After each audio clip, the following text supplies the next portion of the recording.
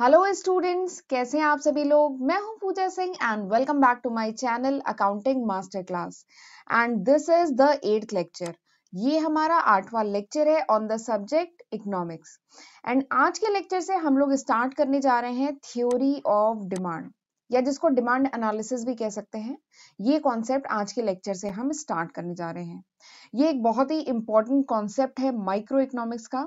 और अगर मैं कॉम्पिटिटिव एग्जाम की बात करूं तो डिमांड एनालिसिस से या जो थ्योरी ऑफ डिमांड है इससे क्वेश्चन आता ही आता है। ठीक है, तो बहुत ही ध्यान से समझिएगा इस टॉपिक को, इस पूरे कॉन्सेप्ट को। वैसे ही बहुत इजी है और बहुत इंटरेस्टिंग कॉन्सेप्ट है, आप आसानी से कर लेंगे। और ये जो पूरा कॉन्सेप्ट है ना थ्योरी ऑफ डिमांड का, इसको मैं 4 से 5 लेक्चर में कवर कराऊंगी। राइट, तो चलिए फिर देखते हैं कि आज के लेक्चर में हम कौन कौन से सब टॉपिक डिस्कस करेंगे। तो आज मैं सबसे पहले आपको बताऊंगी कि डिमांड एक्चुअली में होती क्या है, डिमांड शेड्यूल क्या है। ठीक है, इसमें हमें 2 एस्पेक्ट में डिमांड पढ़नी है, individual demand and market demand. फिर डिमांड कर्व कैसे बनाते हैं और स्लोप क्या होता है। ठीक है, डिमांड फंक्शन के बारे में जानेंगे और उसके बाद मैं बताऊंगी डिटर्मिनेंट्स ऑफ डिमांड, यानी कौन कौन से फैक्टर्स हैं जो डिमांड को इफेक्ट करते हैं, इंडिविजुअल डिमांड को और मार्केट डिमांड को। ठीक है, तो हमें 2 एस्पेक्ट में पढ़ना है, individual demand and market demand. ठीक, तो ये सारा कंटेंट है जो हम आज के लेक्चर में डिस्कस करने वाले हैं। और लेक्चर स्टार्ट करने से पहले अगर आप मेरे चैनल पे फर्स्ट टाइम आए हैं तो मैं अपने चैनल के बारे में भी थोड़ा सा बताना चाहूंगी। मेरे इस चैनल पे आपको class 11th, class 12th, BBA, BCom, MBA, MCom के जो डिफरेंट सब्जेक्ट्स हैं उनकी सीक्वेंस में लेक्चर वीडियो सीरीज मिलती है, जिसमें मैंने बहुत डिटेल में विद नोट्स एंड न्यूमेरिकल पढ़ाया है। और मैंने अपने चैनल पे आपके लिए 250 से भी ज्यादा वीडियो लेक्चर्स आज की तारीख तक यानी नवंबर 2021 तक अपलोड किए हैं। ठीक है, और बहुत सारे वीडियोस पाइपलाइन में हैं। तो मैं बस यही कहना चाहती हूँ कि इनका जरूर फायदा उठाएं। इन लेक्चर्स वीडियो की मदद से खुद भी पढ़ें और अपने फ्रेंड्स के साथ भी जरूर शेयर करें। और एक बार इस लेक्चर के ओवर होने के बाद मेरे चैनल पे जाके प्लेलिस्ट भी जरूर चेक करें। ठीक है, और मुझे पूरी उम्मीद है कि जो भी टॉपिक आप सर्च कर रहे होंगे वो आपको जरूर मिल जाएगा। ठीक है, तो फिर चलिए फिर बिना टाइम वेस्ट किए हम आज का लेक्चर स्टार्ट करते हैं। डिमांड, डिमांड होती क्या है। वैसे तो ये जो वर्ड है डिमांड, ये हम लोग नॉर्मल अपनी डे टू डे लैंग्वेज में भी बहुत यूज करते हैं डिमांड। लेकिन आज मैं आपको बताऊंगी कि what is the exact meaning of this term demand. ये जो डिमांड वर्ड है इसका असली में मतलब क्या है। ठीक है, तो डिमांड ऑफ अ कमोडिटी, किसी भी कमोडिटी की जो डिमांड होती है, this is the desire to buy that commodity, यानी जो हमारी जो इच्छा है उस कमोडिटी को बाय करने की, उसको कहते हैं डिमांड। ठीक, लेकिन उसमें 2 चीजें बहुत इंपॉर्टेंट है। उसमें जो डिमांड है, डिमांड ठीक है, desire to buy a commodity यानी हमारी जो इच्छा है किसी प्रोडक्ट को बाय करने की, दिस इज डिमांड। लेकिन इसमें 2 चीजें हैं जो बहुत इंपॉर्टेंट है, that it should be backed with purchasing power, यानी हमारी जो है इतनी परचेजिंग पावर भी होनी चाहिए। परचेजिंग पावर मतलब वो प्रोडक्ट खरीदने की कैपेसिटी भी होनी चाहिए, इतने पैसे भी होनी चाहिए। ठीक है, this is the first condition जो फुलफिल होनी चाहिए। दूसरी क्या है, विलिंगलीनेस टू स्पेंड, यानी हमारी इच्छा भी होनी चाहिए खर्चा करने की। पैसे तो हैं हमारे पास, ठीक है, लेकिन हमारी इच्छा नहीं है कि हम इतने पैसे खर्च करके वो प्रोडक्ट खरीदें, तो उसको डिमांड नहीं कहा जाएगा। ठीक है, तो डिमांड क्या होता है, demand is the desire to buy a commodity, किसी भी कमोडिटी को बाय करने की जो डिजायर है, जो इच्छा है, दैट इज डिमांड।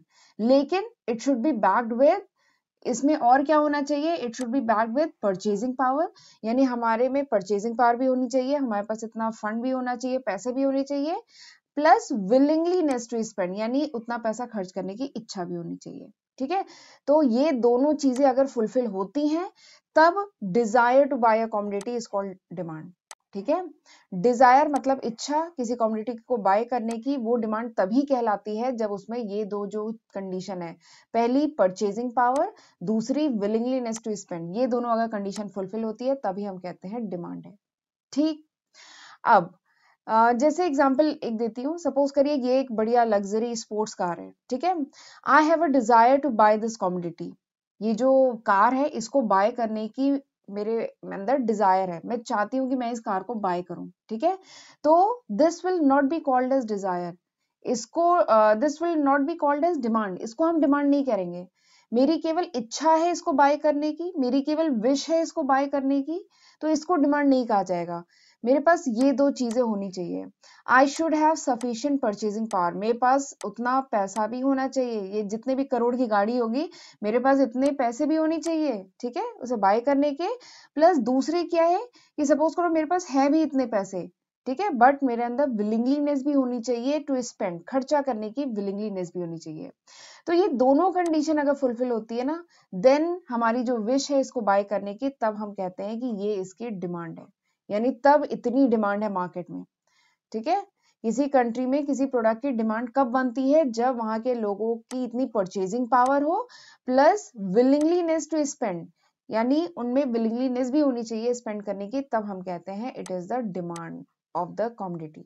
ठीक, तो this is the concept of demand. तो थोड़ा सा ध्यान रखिएगा, ये जो दो इंपॉर्टेंट टर्म है ये आपको लिखने ही लिखना है, केवल विश नहीं होती demand, demand desire plus purchasing power plus willingness, ठीक है, तब जाके बनती है डिमांड। अब चलिए हम देखते हैं डिमांड शेड्यूल, ठीक है। शेड्यूल मतलब होता है टेबल, ठीक है। जब हम डिमांड को, किसी भी कमोडिटी की जो डिमांड है उसको जब हम टेबल के फॉर्म में शो करते हैं, ठीक है, टैबुलर फॉर्म में जब हम शो करते हैं, शेड्यूल बनाते हैं, तो उसी को कहा जाता है डिमांड शेड्यूल। तो जो डिमांड की जो शेड्यूल होता है, डिमांड को जब हम टैबुलर फॉर्म में रिप्रेजेंट करते हैं, तो उसमें बेसिकली हम क्या शो करते हैं, उसमें शो करते हैं different quantity of a commodity जो एक कंज्यूमर परचेज करता है एट डिफरेंट प्राइस, ठीक है, different quantity of commodity at different price, जिस टैबुलर फॉर्म में हम शो करते हैं ना, उसी को कहा जाता है डिमांड शेड्यूल, ठीक है। डिमांड की टेबल, शेड्यूल मतलब टेबल, तो ये एक टेबल होती है which shows the different quantity of a commodity, जिसमें हम एक कॉलम में प्राइस शो करते हैं, ठीक है, पीएक्स, एक कॉलम में हम प्राइस शो करते हैं और एक कॉलम में क्वांटिटी डिमांडेड, ठीक है, कि इस पर्टिकुलर प्राइस पे कितनी क्वांटिटी डिमांडेड है, ठीक है, इस पर्टिकुलर 2 रुपए पे कितनी क्वांटिटी डिमांडेड है।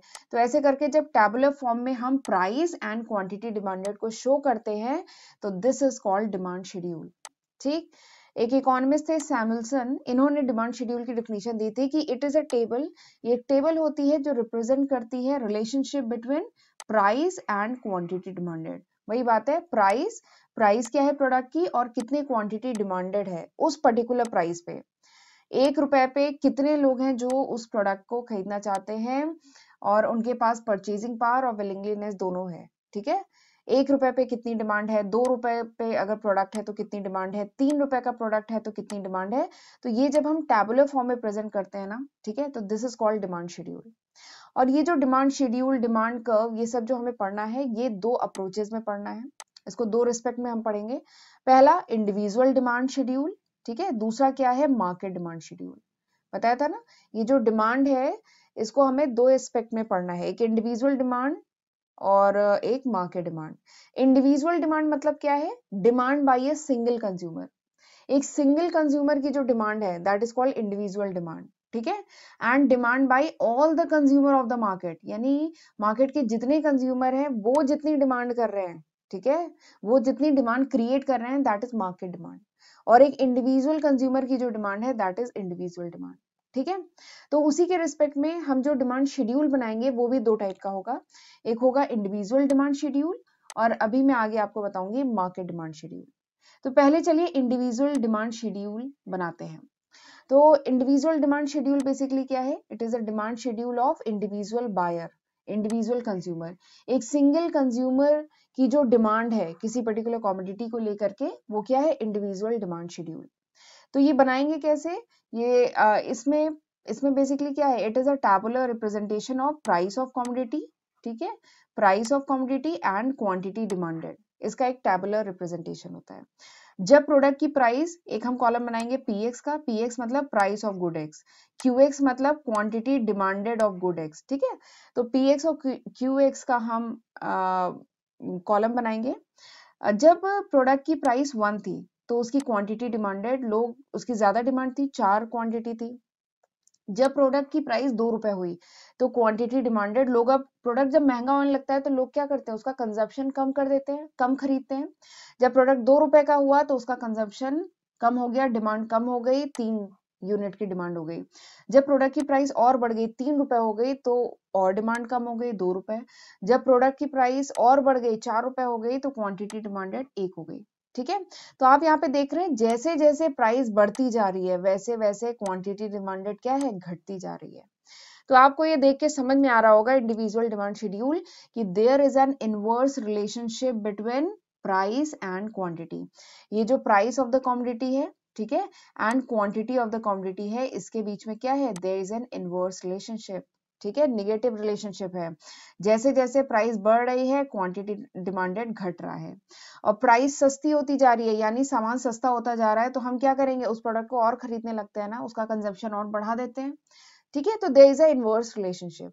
तो ये डिमांड शेड्यूल को देख के हमें ये डिमांड शेड्यूल को देख के हमें समझ में आ गया कि क्वांटिटी ऑफ अ कमोडिटी यानी कितने क्वांटिटी कमोडिटी के जो इंडिविजुअल बायर बाय करता है एट डिफरेंट पॉसिबल प्राइस, ठीक है, at a point in time, at a point of time.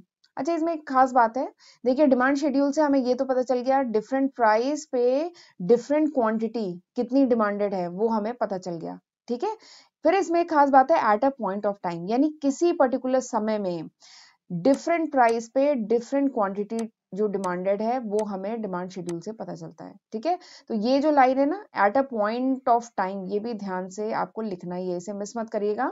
तो डिमांड शेड्यूल से हमें price and quantity, different price पे डिफरेंट क्वांटिटी जो डिमांडेड है वो हमें डिमांड शेड्यूल से पता चलता है at a point of time, यानी किसी पर्टिकुलर समय में कितने प्राइस पे कितनी क्वांटिटी डिमांडेड है वो हमें इंडिविजुअल डिमांड शेड्यूल से पता चलता है। ठीक, तो ये जरूर आप लिखिएगा एग्जाम में, इसको मिस मत करिएगा, at a point of time. ठीक, चलिए आगे बढ़ते हैं। अब मैं आपको बताती हूँ मार्केट डिमांड शेड्यूल। तो मार्केट डिमांड क्या है, market demand is the demand of commodity by all the consumer, जितने भी मार्केट में कंज्यूमर है वो सब मिलके उस प्रोडक्ट की कितनी डिमांड क्रिएट करते हैं, कितना डिमांड करते हैं उस कमोडिटी को, उसी को कहते हैं मार्केट डिमांड। ठीक है, तो मार्केट डिमांड का शेड्यूल देखते हैं कैसे बनेगा। सबसे पहले ये पीएक्स, मार्केट डिमांड शेड्यूल में सबसे पहले तो पीएक्स मतलब क्या है, प्राइस ऑफ कमोडिटी। ठीक है, फिर एक कंज्यूमर एक्स है, कंज्यूमर ए कर लीजिए, एक कंज्यूमर ए है और एक है कंज्यूमर बी। कंज्यूमर ए कितना क्वांटिटी डिमांड करता है एट डिफरेंट प्राइस। देखिए जब प्राइस ए है तो consumer A 4 unit buy demand कर रहा है, जब प्राइस 2 रुपए है कंज्यूमर 3 यूनिट डिमांड कर रहा है, जब प्राइस 3 रुपए है तो ये 2 कर रहा है, प्राइस 4 रुपए और बढ़ गई तो इसने अपना कंजप्शन कम कर दिया और अब ये 1 यूनिट की डिमांड कर रहा है। ऐसे ही दूसरा कंज्यूमर बी है, वो भी जब 1 रुपए प्राइस थी तो 5 यूनिट का डिमांड करता था, जब प्राइस 2 रुपए हो गई तो 4 यूनिट का डिमांड कर रहा है, जब प्राइस 3 रुपए हो गई तो 3 यूनिट का डिमांड कर रहा है, जब प्राइस 4 रुपए हो गई तो 2 यूनिट का डिमांड कर रहा है। तो ये हो गया कंज्यूमर ए का, ये हो गया कंज्यूमर बी का। बट यहाँ पर हम बात कर रहे हैं मार्केट डिमांड की ना, तो मार्केट डिमांड यानी demand of all the consumers of market. तो यहाँ पे सपोज करते हैं कि 2 ही कंज्यूमर है मार्केट में, तो हमें सिंपली क्या करना है, इन दोनों की डिमांड को ऐड कर दो। 4 + 5 9, 3 + 4 7, 2 + 3 5 और 1 + 2 3। ठीक है, तो this is the market demand, ये हो गई मार्केट डिमांड।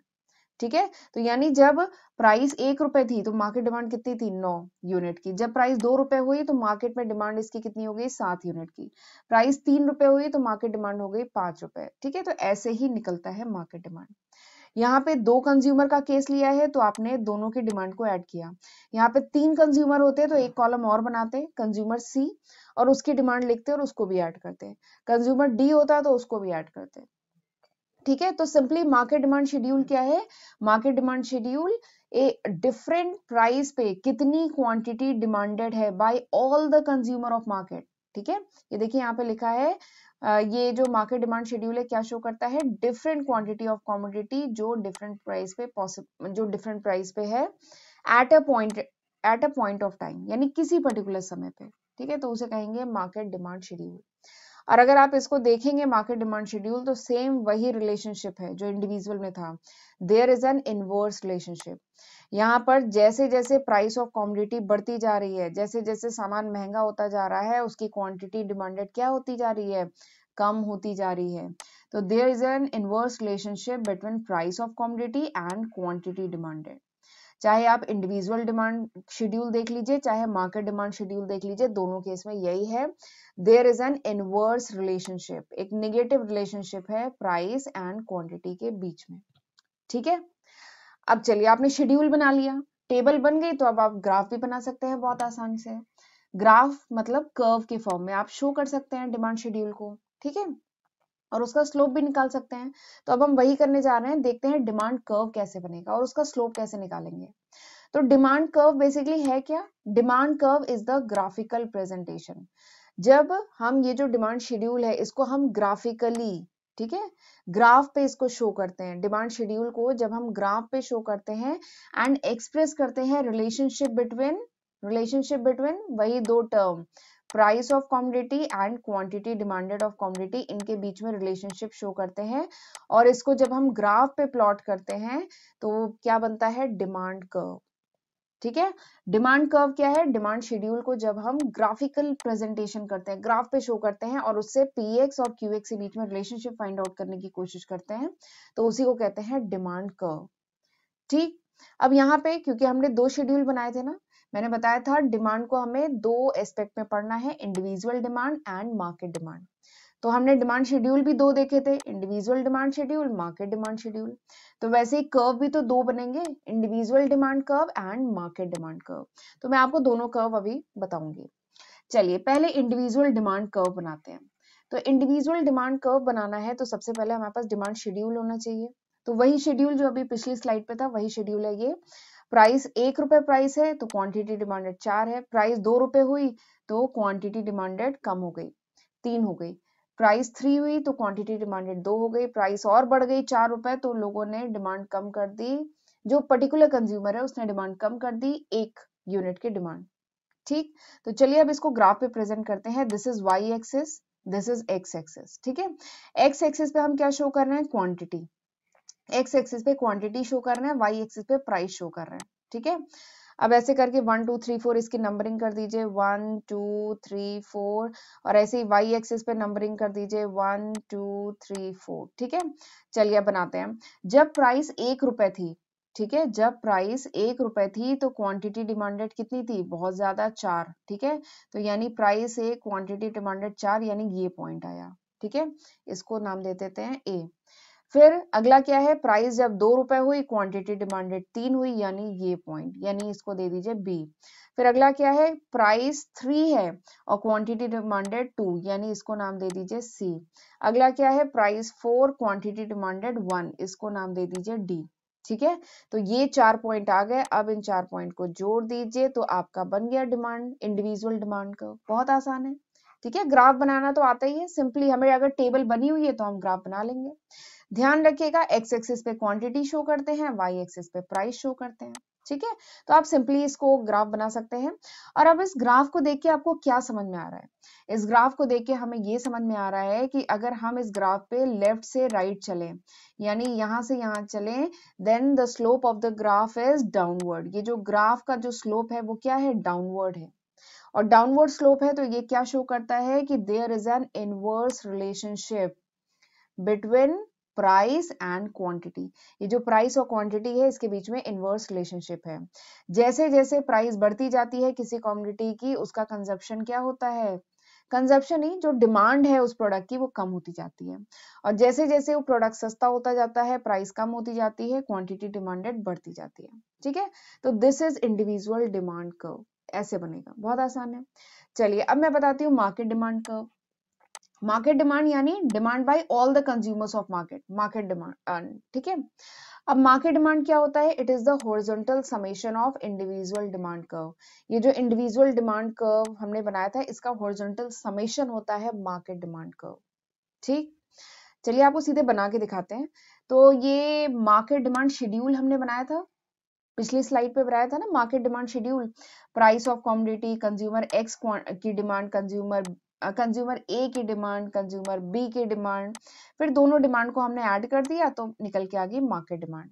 तो चलिए बनाना शुरू करते हैं। सिंपली हमें क्या करना है? पीएक्स और ये जो मार्केट डिमांड, इन दो कॉलम को ध्यान में रखिए और फिर हम बनाते हैं। ये वाई एक्सिस हो गई, ये है, दिस इज द ग्राफ, ठीक है। ये दोनों मैंने इंडिविजुअल, कंज्यूमर ए का डिमांड कर्व, कंज्यूमर बी का डिमांड कर्व, ठीक है। फिर सिंपली इनको ऐड कर दिया तो हमें मार्केट डिमांड कर्व मिल गया, ये है, ठीक है। तो हम क्या करने जा रहे हैं? हम सिंपली क्या करते हैं कि ये जो हमने सम किया हुआ है यहाँ पे, इस कॉलम को उठाते हैं और प्राइस का कॉलम उठाते हैं और सिंपली प्लॉट कर दो, बन जाएगा मार्केट डिमांड कर्व। तो हमने वाई एक्सिस पे प्लॉट किया प्राइस, एक्स एक्सिस पे प्लॉट किया क्वांटिटी, ठीक। अब जब प्राइस 1 रुपए है, जब प्राइस 1 रुपए है तो क्वांटिटी डिमांडेड कितनी है मार्केट में, 9, यानी ये पॉइंट निकल के आया ए। जब प्राइस 2 रुपए है तो क्वांटिटी डिमांडेड कितनी है, 7 रुपए, यानी ये पॉइंट बी निकल के आया। जब प्राइस 3 रुपीज है तो क्वांटिटी डिमांडेड कितना है, 5, यानी ये पॉइंट निकल के आया। फिर जब क्वांटिटी 4 है तो प्राइस जब प्राइस 4 है तो क्वांटिटी डिमांडेड कितना है, 3 है, यानी ये पॉइंट निकल के आया। ठीक है, तो ये 4 पॉइंट निकल के आए और अब इन 4 पॉइंटों को हम जोड़ देंगे तो हमारा बन जाएगा मार्केट डिमांड कर्व। ठीक है, तो इस तरीके से हमारा मार्केट डिमांड कर्व बन जाएगा। तो दिस इज द कर्व, ये वो कर्व है। बहुत आसान है बनाना। अगर टेबल बनी हुई है, ठीक है, तो आप टेबल अगर दी गई है तो आप कर्व आसानी से बना सकते हैं। अब आप इस कर्व को देख के भी सेम वही बात है।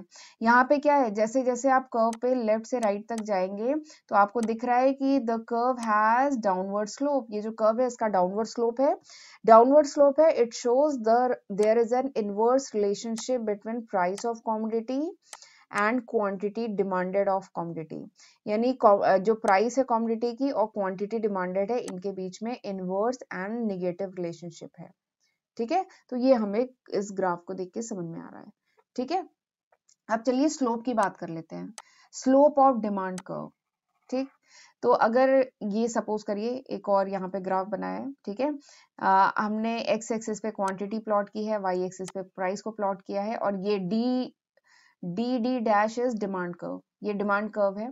ठीक है, तो अगर इसके स्लोप की बात करें तो आप स्लोप, मैंने बताया स्लोप क्या है, डाउनवर्ड है। जैसे आप लेफ्ट से राइट की तरफ जाएंगे, जैसे आप यहाँ से यहाँ लेफ्ट से राइट की तरफ जा रहे हैं, आप देख रहे हैं ये जो स्लोप है इट इज डाउनवर्ड, ये डाउनवर्ड स्लोप है।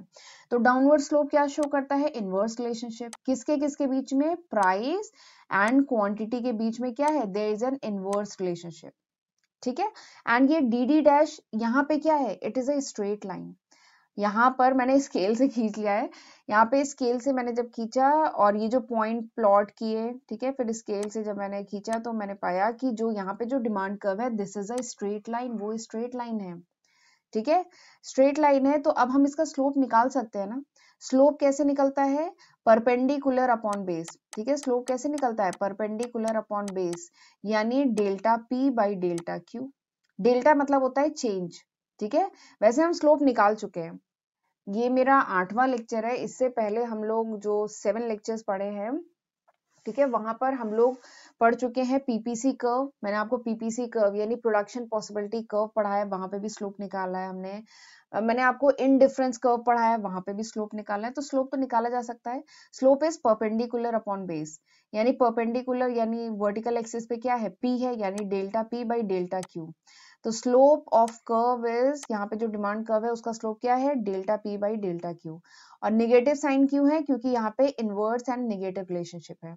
तो delta P by delta Q, delta P क्या है, A B divided by B C. तो this is the slope of demand curve, ये है स्लोप डिमांड कर्व का। और क्योंकि यहाँ पे जो एग्जाम्पल है, यहाँ पर demand curve is a straight line.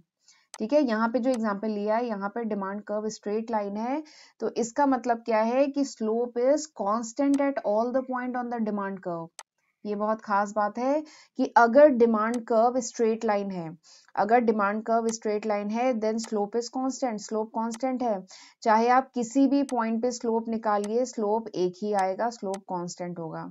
क्यों, क्योंकि यहाँ पे demand curve is a straight line. ठीक है, चलिए यहां तक समझ में आ गया। अब मैं आपको एक बहुत इंपॉर्टेंट पॉइंट बताने जा रही हूँ। क्योंकि हम पीपीसी कर्व पढ़ चुके हैं, हम इंडिफरेंस कर्व पढ़ चुके हैं और अब मैंने आपको डिमांड कर्व भी बता दिया है। ठीक है, तो आपको एक जर्नल में कर्व से रिलेटेड एक बहुत इंपॉर्टेंट कॉन्सेप्ट बताने जा रही हूँ। देखिए, जो स्लोप होता है कर्व का, वो अगर राइजिंग होता है, slope of a curve is rising, अगर स्लोप ऑफ अ कर्व अगर राइजिंग होता है तो curve is concave to the origin. अगर स्लोप ऑफ कर्व राइजिंग होता है तो कर्व कॉनकेव होता है ओरिजिन पे, जैसा हमने पीपीसी कर्व पे देखा था। पीपीसी कर्व कुछ ऐसा बन रहा था ना। ठीक है, और अगर slope of the curve is declining, अगर स्लोप ऑफ कर्व डिक्लाइनिंग है, ठीक है, तो जो कर्व होगा it is convex to the origin. ठीक है, जैसे हमने इनडिफरेंस कर्व देखा था। ठीक, एंड अगर slope of the curve is constant, जैसा यहाँ इस वाले एग्जांपल में है, डिमांड, यहाँ पे डिमांड कर्व हमने ड्रॉ किया तो it is a straight line, यहाँ पे स्ट्रेट लाइन आई है, ठीक है। तो अगर कर्व जो है, अगर slope of the curve constant है तो इसका मतलब क्या है कि curve is a straight line, जैसा इस एग्जांपल में यहाँ पे हम देख रहे हैं कि डिमांड कर्व यहाँ पे क्या है, स्ट्रेट लाइन है, ठीक है। तो ये 3 कॉन्सेप्ट है, बड़े ध्यान रखने की जरूरत है। ये कॉम्पिटेटिव एग्जाम के पॉइंट ऑफ व्यू से पूछा जा सकता है कि जो कर्व है वो कॉनकेव टू द ओरिजिन है, तो आप बताइए वो इंडिफरेंस कर्व है, पीपीसी कर्व है, डिमांड कर्व है कि कौन सा कर्व है। तो अगर कर्व, अगर स्लोप राइजिंग होता है तो कर्व कॉनकेव होता है ओरिजिन पे, और वो हो सकता है PPC curve. PPC curve concave होता है, indifference curve convex to the origin होता है, एंड यहाँ पे इस एग्जाम्पल में डिमांड कर्व स्ट्रेट लाइन है, ठीक है। तो this is the slope of demand curve, ठीक है। इस तरीके से हम स्लोप निकालेंगे, और यहाँ पे स्ट्रेट लाइन अगर डिमांड कर्व है तो slope will be constant, slope constant होगा, ठीक। चलिए आगे बढ़ते हैं, demand function and determinants of demand, ठीक। बट मैं सोच रही हूँ ये जो टॉपिक है ना, demand function and determinants of demand, इसको मैं अगले लेक्चर में कराती हूँ, क्योंकि हमें डिटर्मिनेंट्स ऑफ डिमांड में इंडिविजुअल डिमांड की अगर हम बात करें तो हमारे 5 इंपॉर्टेंट डिटर्मिनेंट्स हैं, और अगर मार्केट डिमांड की बात करें तो उसमें 7 इंपॉर्टेंट डिटर्मिनेंट्स पढ़ने हैं। तो वो अभी एक लेंदी टॉपिक है, और हमारा ये लेक्चर ऑलरेडी काफी लेंदी हो गया है, तो मैं ये डिटर्मिनेंट्स का टॉपिक जो है मैं अगले लेक्चर में कराती हूँ, ठीक है। तब तक, अभी तक मैंने जितना पढ़ाया है तब तक वो पढ़ के रखिएगा, ठीक है। तो चलिए फिर मिलते हैं अगले लेक्चर में, तब तक ये जितना मैंने आज के लेक्चर में पढ़ा दिया है वो तब तक अपना रिवाइज करके रखिएगा, ठीक है, क्योंकि सीक्वेंस में पढ़ना बहुत जरूरी है, ठीक। और एक बात और है कि अगर आज आपने इस लेक्चर में कुछ सीखा है, कुछ कॉन्सेप्ट क्लियर हुआ है, तो जरूर मेरे इस लेक्चर को लाइक करिएगा और मुझे कमेंट सेक्शन में जरूर बताइएगा, ठीक है। तो चलिए फिर मिलते हैं अगले लेक्चर में, तब तक अपना ध्यान रखिएगा, गॉड ब्लेस यू।